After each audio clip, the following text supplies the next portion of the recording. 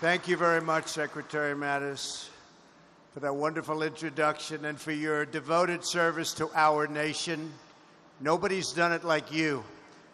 I'm thrilled to be back on this magnificent ship for this historic moment with the amazing men and women of the United States Navy.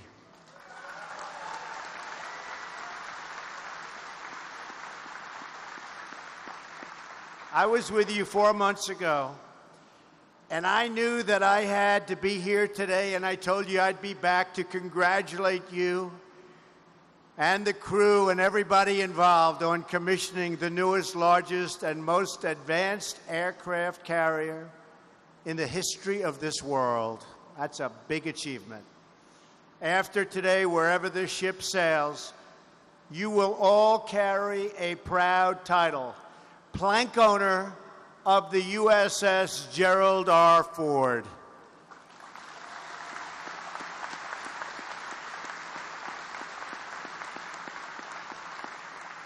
For the rest of your lives, you'll be able to tell your friends and family that you served on the greatest ship in the United States Navy, and in my opinion, on the greatest ship anywhere in the world. Everyone should take a moment to celebrate this incredible achievement.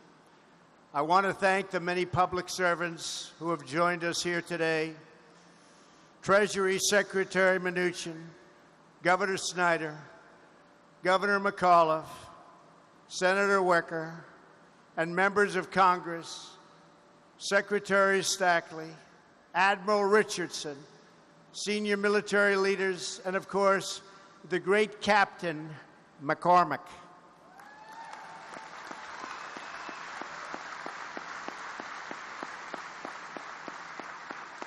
Captain, I know you will exemplify integrity at the helm. And have a good time doing it, Captain. Proud of you. Thanks to the entire Ford family, Susan, Jack, Steve, and Mike, for all that you've done to support this ship on its voyage. Thank you, Susan. Thank you. I also want to recognize two other people who were very special to President Ford. Thank you, Vice President Cheney and former Secretary of Defense Rumsfeld. Thank you. Thank you.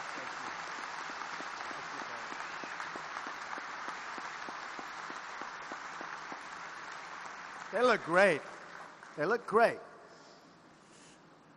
As we put this stunning ship into the service of our nation, we must also pay tribute to the thousands of citizens, military and civilian, who helped design and build her. Their love of country has been poured into every rivet and bulkhead on this vessel.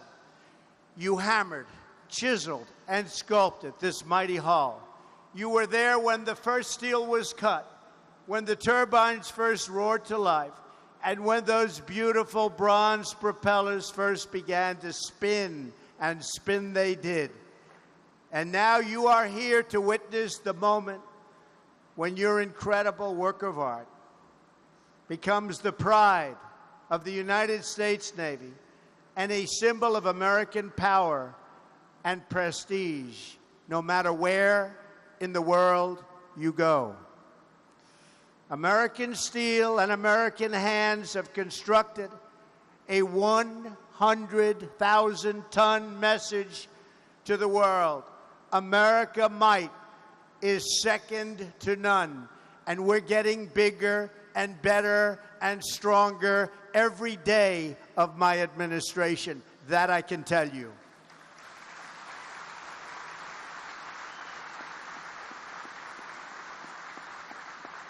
Wherever this vessel cuts through the horizon, our allies will rest easy, and our enemies will shake with fear, because everyone will know that America is coming, and America is coming strong.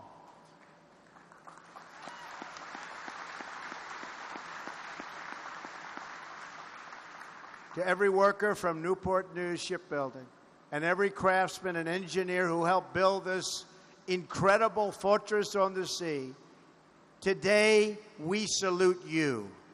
Thank you.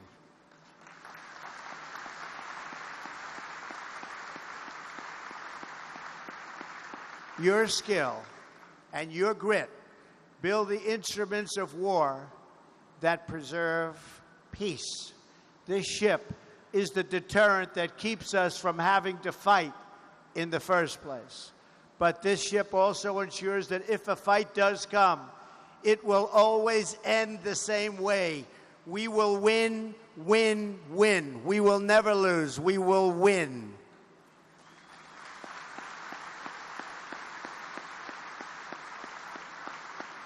When it comes to battle, we don't want a fair fight. We want just the opposite. We demand victory, and we will have total victory, believe me. Having the best technology and equipment is only one part of the American military dominance. Our true strength is our people. Our greatest weapon is all of you. Our nation endures because we have citizens who love America and who are willing to fight for America.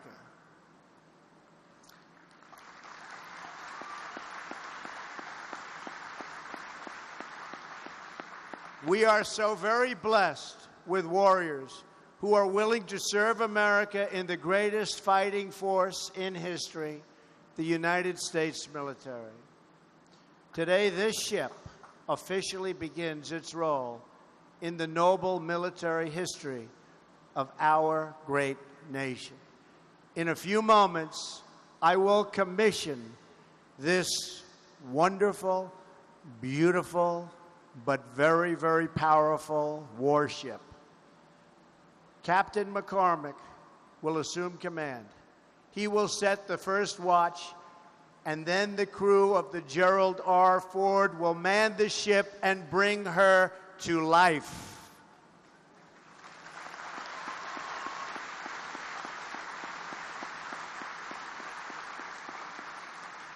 A ship is only as good as the people who serve on it, and the American sailor is the best anywhere in the world. Among you are great welders, radar technicians, machine operators, and pilots. You take pride in your work, and America takes pride in you. We love you. We are proud of you. Thank you.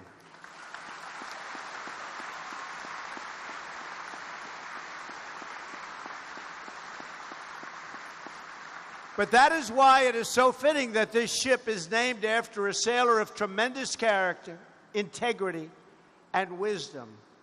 You know that, Susan. Gerald Ford was raised in American heartland.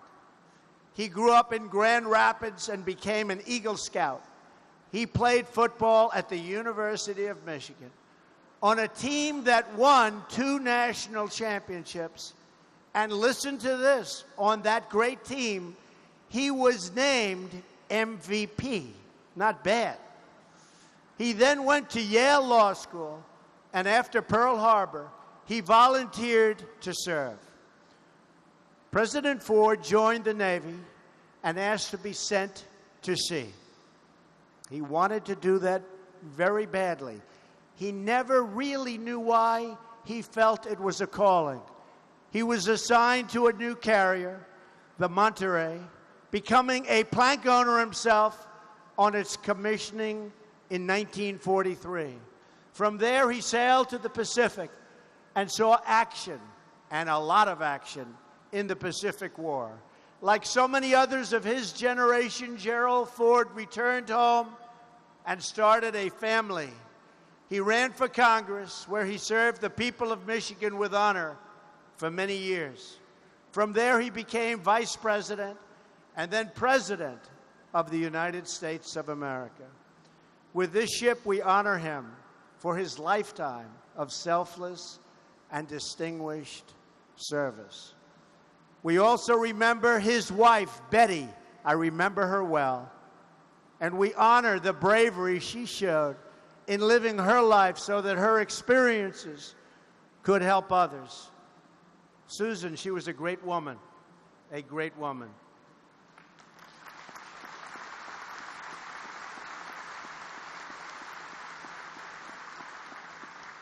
Gerald Ford said that his time in the Navy convinced him that our lack of military preparation before World War II had only encouraged our enemies to fight harder and harder and harder. He learned a lot.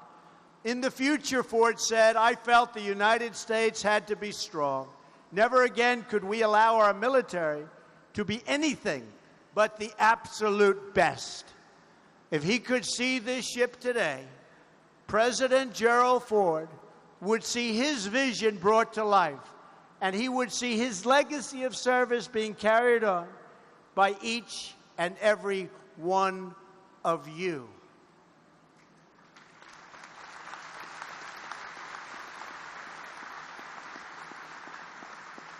Gerald Ford embodied American values like few others. Love of family, love of freedom, and most of all, love of country. He knew that patriotism is the heartbeat of a nation. He knew that we must love our country in order to protect it. And he knew that we must have pride in our history if we are going to have confidence in our future. The men and women of America's armed services are part of a living history. You uphold timeless customs and traditions, and you protect our nation and our freedom for the next generation to come. You are fulfilling your duty to this nation, and now it is the job of our government to fulfill its duty to you.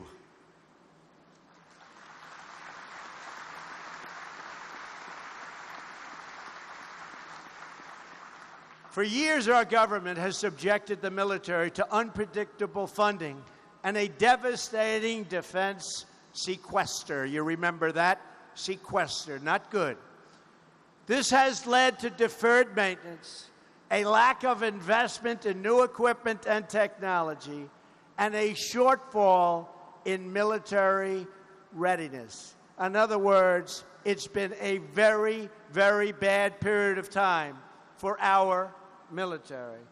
That is why we reached a deal to secure an additional $20 billion for defense this year, and it's going up, and why I asked Congress for another $54 billion for next year.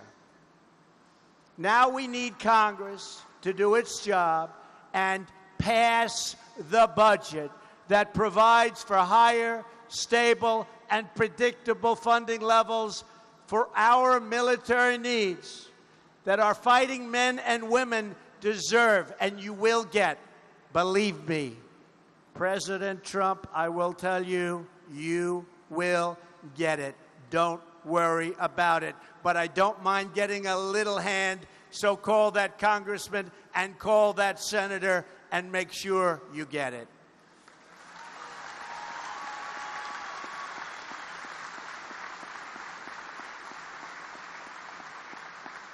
And by the way, you can also call those senators to make sure you get health care.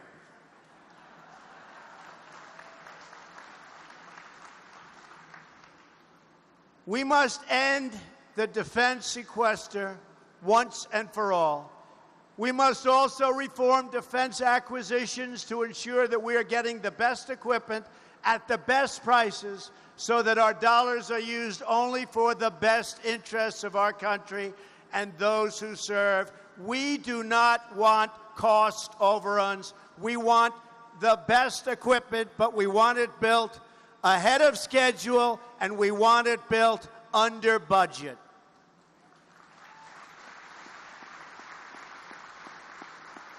This is the very least we can do for the patriots who have volunteered to give their sweat, their blood, and if they must, their very lives for our great nation. The commissioning of this new American carrier marks the renewal of our commitment to a future of American greatness. Greater than ever before. Remember that, greater than ever before. Just moments from now, the captain will set the first watch on the USS Gerald R. Ford. And with God's grace, a watch will stand until the day she is decommissioned 50 years or more from now. Most of you who will man the ship today are just about 20 years old. Together, you are embarking on a truly great adventure. The journey will require all of your talents, all of your efforts, and all of your heart. As you know, the sea holds many challenges and threats. But starting today, you will face, together, as a team, aboard this ship, which is your responsibility and your home. 3 generations of Americans will eventually man these decks. Perhaps even some of your own children and grandchildren someday. You will inspire many more American patriots to follow your lead and to serve.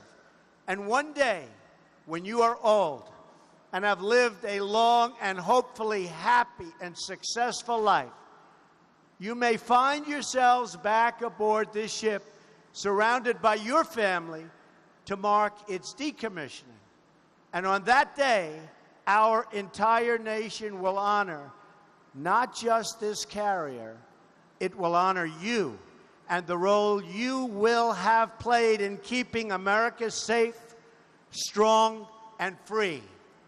To every patriot who will serve on this ship today and throughout history, I say this: keep the watch, protect her, defend her, and love her.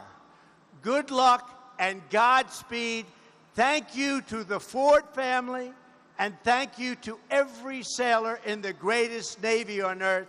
God bless you. God bless the Gerald R. Ford, and God bless the United States of America. Thank you very much. God bless you all.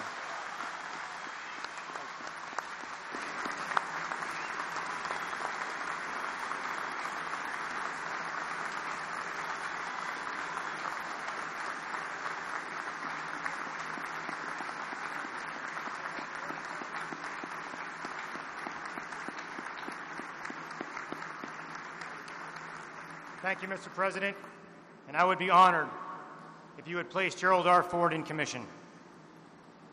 Will the guests please rise? Ship's company, attention!